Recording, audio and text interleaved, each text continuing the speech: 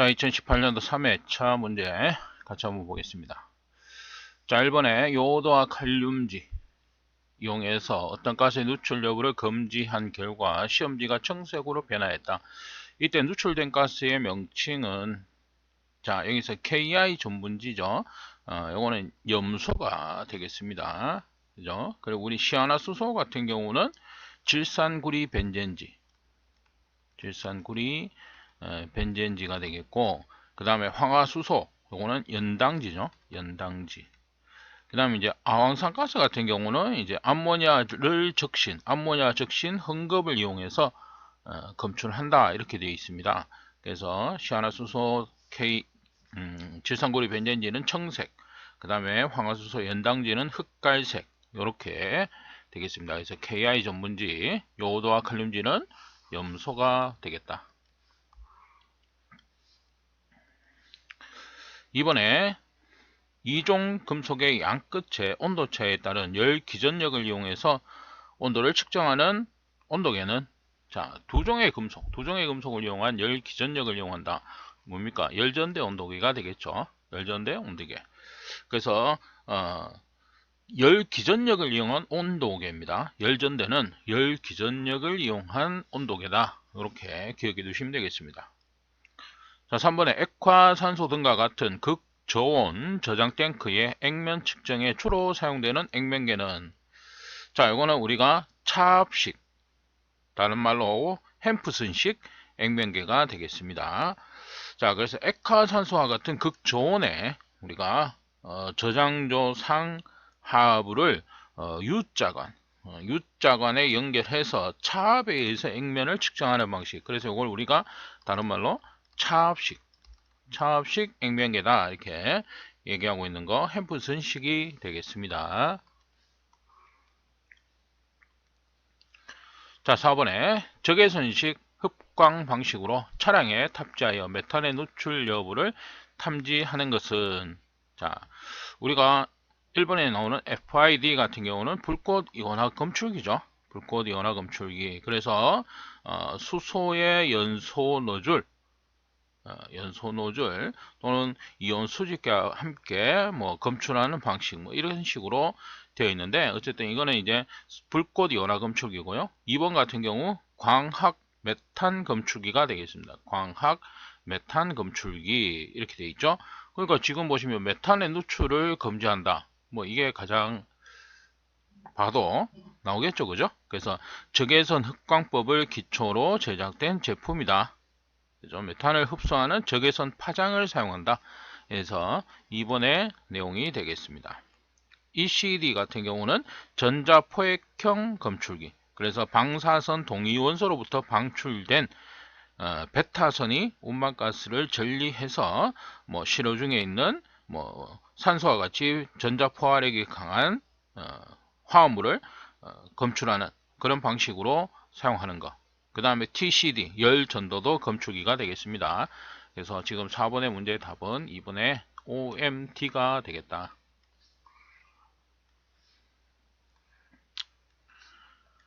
자, 5번에 가스용 금속 플래시블 호스에 대한 설명으로 틀린 것은, 자, 이음새는 플레어 또는 유니온 접속 기능이 있어야 한다, 이렇게 되어 있고요. 그 다음에 호스의 최대 길이는 1000mm 이내로 한다, 이렇게 되어 있는데, 튜브의 최대 길이는 50m입니다. 50m. 그러면은 이제 5만 mm가 되겠죠, 그죠? 그래서 현재 요 내용이 틀린 내용이다, 이렇게 보시면 되겠습니다. 튜브 길이의 허용 오차는 플러스 3%, 마이너스 2% 이내. 그죠? 자, 6번에 암모니아 합성법 중에서 고압 합성에 사용되는 방식은, 자, 압력에 의해서 우리가 봤을 때는 고압, 중압, 저압, 이렇게 되어 있습니다. 특히 고압 같은 경우 우리 클로우드법, 캬자레법이 되겠습니다. 그죠? 고압은 캬자레법, 그 다음에 클로우드법. 그래서 고압이라는 것 자체가 이제 통상 600에서 1000kg 압력으로 합성하는 것을 얘기를 한다. 그 다음에 캐로그하고 구대법, 이런 것들은 우리가 저압, 그죠? 저압 같은 경우는 150kg 정도 압력으로 얘기를 하고 있습니다. 그래서 답은 1번이 되겠습니다. 7번에 액화석유가스 이송용 펌프에 발생하는 이상 현상으로 가장 거리가 먼 것은, 자, 액화석유가스 이송용 펌프, 그죠? 펌프에서 발생하는 현상입니다. 우리 캐비테이션, 그죠? 그 다음에 베이퍼록 현상, 베이퍼록 현상이 일어날 수 있고 수격작용이 발생할 수 있습니다. 그렇지만 이제 오일 포밍 같은 경우는, 오일 포밍은 거품이 일어나는 것이죠. 오일에 거품이 일어나는 것을 얘기를 한다. 그죠? 그래서 프레온 냉동장치에서 프레온 냉동장치에서만 일어나는 현상이다. 이렇게 되겠습니다. 그죠? 그래서 크랭크 케이스 내에 있는 윤활유, 그 윤활유의 어떤 유면이 약동하고 거품이 일어나는 현상, 그것을 우리가 오일 포밍 현상이다. 그래서 3번의 설명이 답이 되겠다. 자, 8번에 다음 각종 온도계에 대한 설명으로 옳은 것은, 자, 저항온도계. 저항온도계는 뭐 이중금속 두 종류의 양단을 용접 또는 납붙임으로 양단의 온도가 다를 때 발생하는 열 기전력을 변화를 측정해서 온도를 구한다. 열 기전력은 우리가 열전대 온도계다. 이렇게 앞에서 말씀드린 겁니다. 그죠? 그래서 우리가 저항온도계라면은 반도체의 전기 저항이 온도에 따라 변하는 성질을 이용해서 측정하는 것이다. 그죠? 자, 이번에 유리재 온도계의 봉입액으로 수온을 쓴 것은 마이너스 30에서 300도 정도 범위에서 사용한다. 이게 맞는 설명이 되겠습니다. 3번 온도계의 온도 검출부는 열 용량이 크면 좋다 이렇게 되어 있는데, 열 용량이 작은 것이 좋다. 큰 것이 아니고 작은 것이 좋습니다. 바이메탈 온도계, 온도에 따라 전기적 변화를 이용한 온도계이다 이렇게 되어 있는데, 바이메탈 온도계는 두 종류의 금속 접합을 해서 금속편의 휘어지는 것을 이용해서 측정하는 것이 되겠습니다. 온도에 의해서 휘어지는 성질, 그죠? 그래서 답은 2번이 되겠다. 자, 9번에 액주식 압력계에 사용되는 액체의 구비 조건으로 틀린 것은, 자, 화학적으로 안정되어야 되고 모세관 현상이 없어야 한다. 점도와 열 팽창 계수가 작아야 한다. 온도 변화에 의한 밀도 변화가 커야 한다. 틀린 것은 4번이 되겠습니다. 그죠? 그래서 온도 변화에 따른 밀도 변화는 작아야 됩니다. 그죠? 이거 거꾸로 얘기하고 있습니다. 답은 4번. 자, 10번에 내용적 50ml 용기에 수압 30kg 가해서 내압 시험을 하였다. 이 경우 30kg의 수압을 걸었을 때 용기의 용적이 50.5L로 늘어났고 압력을 제거하여 대기압으로 하니 용기 용적이 50.025L가 되었다. 항구 증가율은 얼마냐? 자, 항구 증가율, 우리가 영구 증가율 이렇게 얘기하고 있습니다. 그죠? 그래서 항구 증가율은 뭡니까? 전 증가량, 전체 증가량 분해, 그죠? 그 다음에 영구 증가량이죠. 영구 증가량. 그래서 전체 증가량은 처음에 50m짜리가 얼마만큼? 50.5만큼 늘어났습니다. 그죠? 그래서 전체 늘어난 양 50에서 50.5, 그죠? 그래서 50.5에서 50을 뺀 만큼 늘어났죠. 근데 이게 복귀가 됐는데 영구적으로 늘어나 있는 겁니다. 다시 원래대로 다 돌아오는 것이 아니고 일부는 늘어난 상태로 유지가 되는 것이죠. 그게 50.025입니다. 그죠? 그러면은 50.025에서 50을 빼면 0.025만큼은 영구적으로 지금 늘어나 있는 상태가 되는 것이죠. 자, 그렇게 해서 증가율이기 때문에 곱하기 100을 해준다. 5%가 되겠습니다. 그죠? 자, 이랬을 때 이제 우리가 합격률 이렇게 또 얘기합니다. 그죠? 합격률은 합격의 기준은 요게 10% 이하일 때는 합격으로 본다. 이렇게 내용이 나오고 있습니다. 그래서 어쨌든 답은 4번이 되겠다. 11번 실린더 중에 피스톤과 보조 피스톤이 있고 상부의 팽창기, 하부의 압축기로 구성되어 있으며 수소, 헬륨을 냉매로 하는 것이 특징인 공기 액화 장치는, 이것은 필립스 액화 장치가 되겠습니다. 가장 큰 특징으로 피스톤과 보조 피스톤이 있다. 이렇게 되겠습니다. 이걸 기억해 주시면 됩니다. 피스톤과 보조 피스톤. 그 다음에 냉매로는 수소와 헬륨을 사용한다. 이렇게 해서 필립스식 액화 장치가 되겠습니다. 자, 12번에 고온 배관용 탄소 관관의 규격 기호는 자, SPPH 이라면은 고압 배관용 탄소 관관입니다. 그죠? 고압 배관용 탄소 관관. 그죠? SPPH가 되겠고요. SPHT 이라면은 고온 배관용. 이게 문제에서 얘기하는 고온 배관용 탄소 관관의 기호가 되겠습니다. SPLT 이거는 이제 저온 배관용이죠. 저온 배관용 탄소 관관의 기호가 되겠고요. SPPW 이렇게 나오는 것은 수도용 아연 도금 관관이 되겠습니다. 그래서 고는 2번이 되겠다. 13번에 아스텔렌 용기 안전밸브 형식으로 가장 많이 사용되는 것은 자, 아스텔렌은 가용전식이 되겠습니다. 그죠? 그래서 안전밸브는 우리가 스프링식, 가용전식, 파열판식이 있다. 가용전식은 아스텔렌, 그죠? 아스텔렌, 그 다음에 염소, 그 다음에 산화에틸렌. 자, 이런 종류의 안전밸브 형식이고요. 파열판식 같은 경우는 우리가 압축가스 통상 얘기하고 있습니다. 산소, 수소, 그죠? 그 다음에 뭐 질소 이런 것들 되겠습니다. 그죠? 그 다음에 스프링식은 LPG 용기에 사용하는 형식이 되겠다. 그죠? 그래서 답은 가용전식이 되겠습니다. 자, 펌프의 회전수를 1000rpm에서 1200rpm으로 변화시키면 동력은 약 몇 배가 되는가? 자, 유량. 이게 이제 상사법칙입니다. 동력인데, 이게 펌프의 상사법칙. 그죠? 크게 우리가 유량, 그죠? 양정, 그 다음에 동력.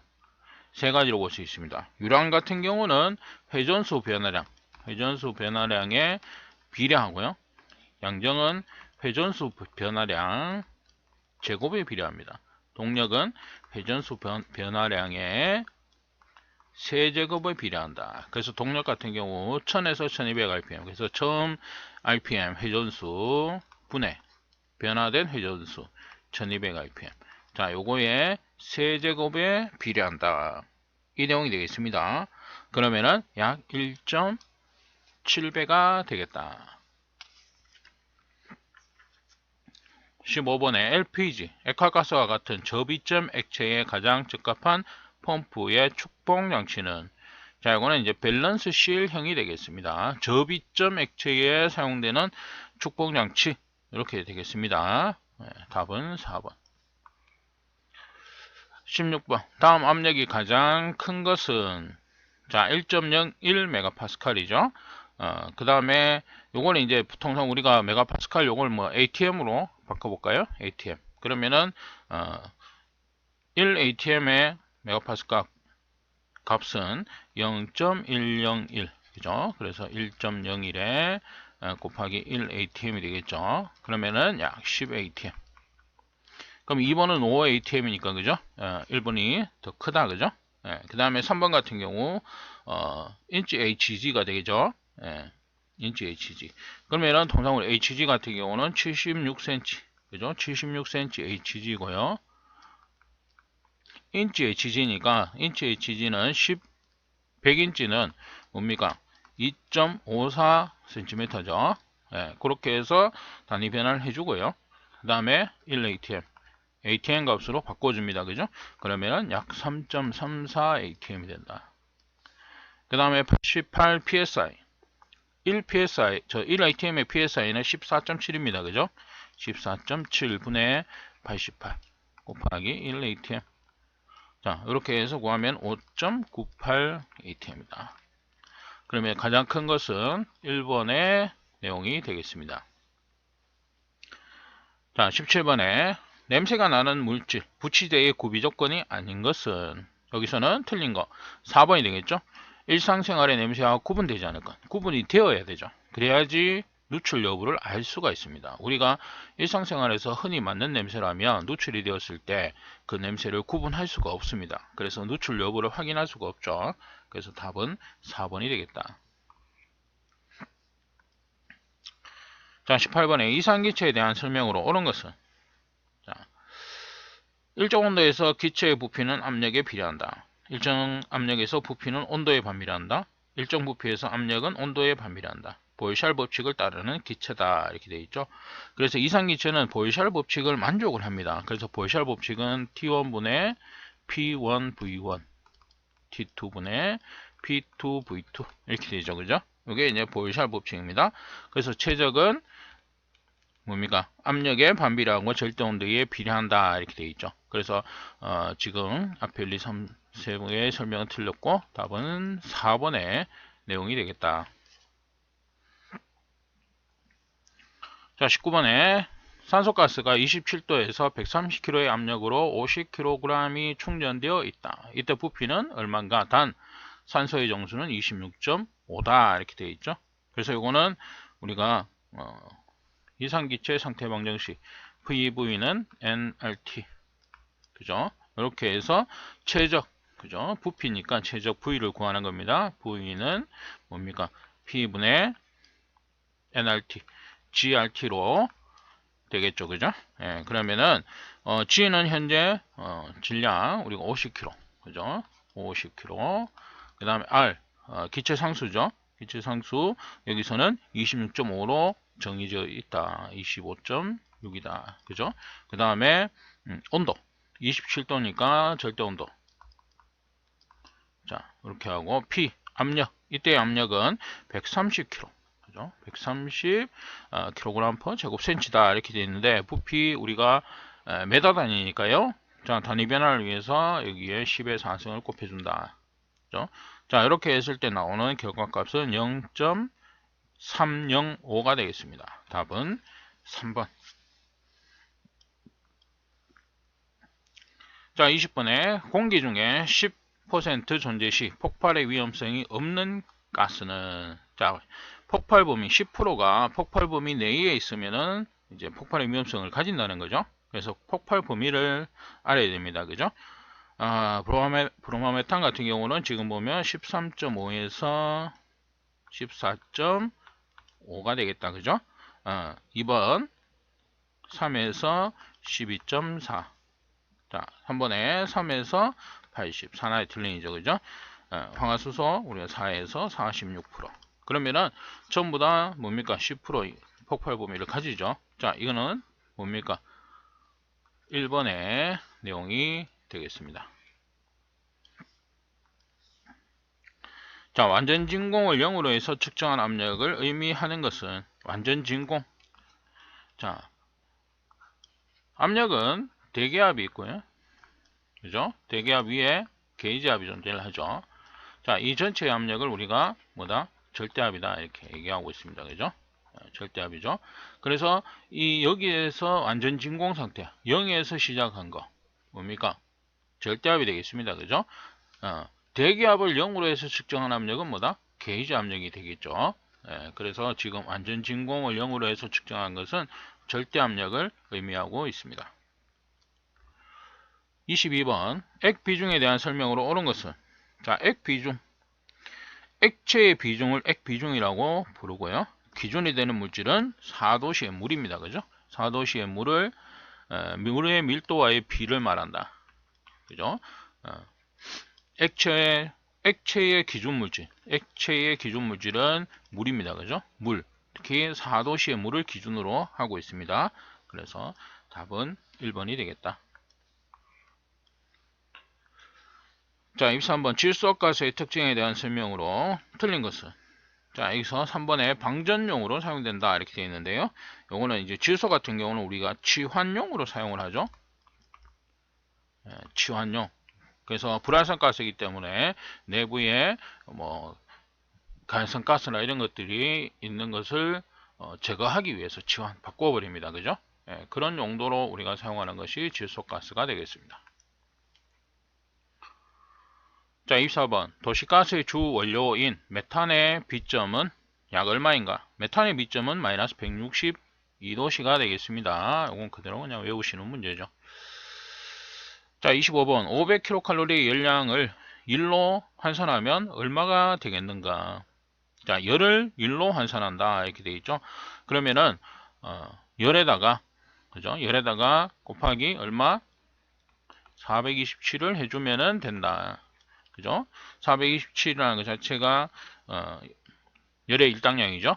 자, 근데 여기서는 보면 일을 세크 단위로, 근데 열량의 단위는 뭡니까? 아워죠. 아워. 1시간이고요. 요거는 초입니다. 그죠? 그러니까 우리가 뭐예요? 3600초로 나누어 줘야 됩니다. 1시간에 3600초니까. 그래야지 1초에 1초당 1의 값이 나오게 되겠다. 그죠? 427이라는 것은 우리가 뭡니까? 킬로그램 메다. 그죠? 그래서 1kcal는 427kg 메다 1과 같죠. 그죠? 예, 그렇게 해서 단위 환산을 해준다. 이거 계산하시면 59.3이 되겠습니다. 1번. 자, 26번 영도시 1ATM에서 5리터의 기체가 273도 1ATM에서 차지하는 부피는 약 몇 리터인가? 단 이상기체로 가정한다. 자, 이거는 이제 보이샬 법칙으로 우리가 볼 수가 있습니다. 그죠? 온도, 압력, 최적 세 가지가 있죠. 그래서 보이샬 법칙 T1분의 P1V1, T2분의 P2V2가 됩니다. 그죠? 그래서 절대 온도 0도시니까 273분의 P1 압력, 그때 압력은 1atm. 그죠? 최적 5리터가 되겠죠. 자, 그 다음에 변화한 거. 온도는 273으로 변화했다. 그 다음에 압력. 압력은 지금 없으니까 이건 뭐예요? 1atm. 1atm 있네요. 그죠? 그러니까 어쨌든 앞에도 1atm, 뒤에도 1atm. 동일하니까 이거는 뭐 계산 굳이 안 해줘도 되는 문제고요. 그 다음에 최적. 얼마만큼 변화했느냐. x로 놓고. 자, 이렇게 해서 구했을 때 우리가 최적 값은 4번에 10리터가 되겠습니다. 자, 27번에 수소 20%, 메탄 50%, 에탄 30%의 조성의 혼합가스가 공기와 혼합된 경우 폭발 한계의 값은, 단 폭발 한계의 값은 각각 수소가 4%, 메탄은 5%, 에탄은 3%이다. 자, 이건 르 샤틀리의 법칙에 의해서 혼합가스의 폭발 범위, 폭발 하한계, 폭발 상한계를 우리가 계산할 수가 있죠. 그래서 L분의 100, 폭발, 혼합가스의 폭발 하한계 L 분의 전체 최적 100으로 계산합니다. 그 다음에 각각 가스의 뭡니까? 하한분에 차지하는 최적 이렇게 되겠죠. 그래서 먼저 수소 4%인데 얘가 차지하는 최적은 20%. 그죠? 20이 되겠죠. 플러스 그 다음에 메탄은 5%인데 50% 차지하고 있습니다. 그죠? 그 다음에 에탄은 3%, 하한이 3%이고요. 30% 차지하고 있습니다. 자, 그렇게 했을 때 우리가 혼합가스의 하한, 폭발 하한계는 계산하면 4가 되겠다.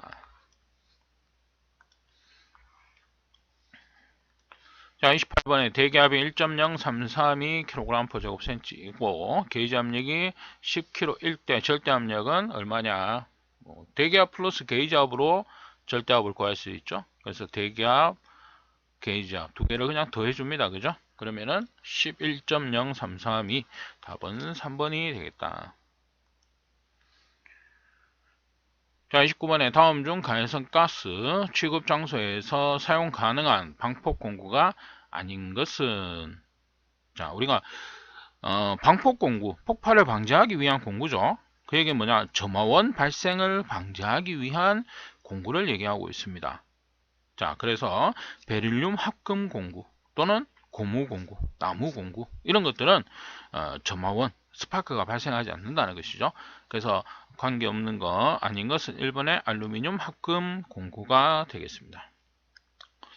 30번 일기예보에서 주로 사용하는 1헥토파스칼은 약 몇 뉴턴 퍼 제곱미터에 해당하는가 이렇게 되어 있죠. 그래서 요 단위 뉴턴 퍼 제곱미터는 우리가 파스칼, 그죠? 파스칼의 단위와 같습니다. 그죠? 파스칼과 같습니다. 그러면 헥토파스칼. 헥토파스칼은 100 뉴턴 제곱미터가 되겠다. 그죠? 그래서 답은 3번이 되겠습니다. 100입니다. 100. 그죠?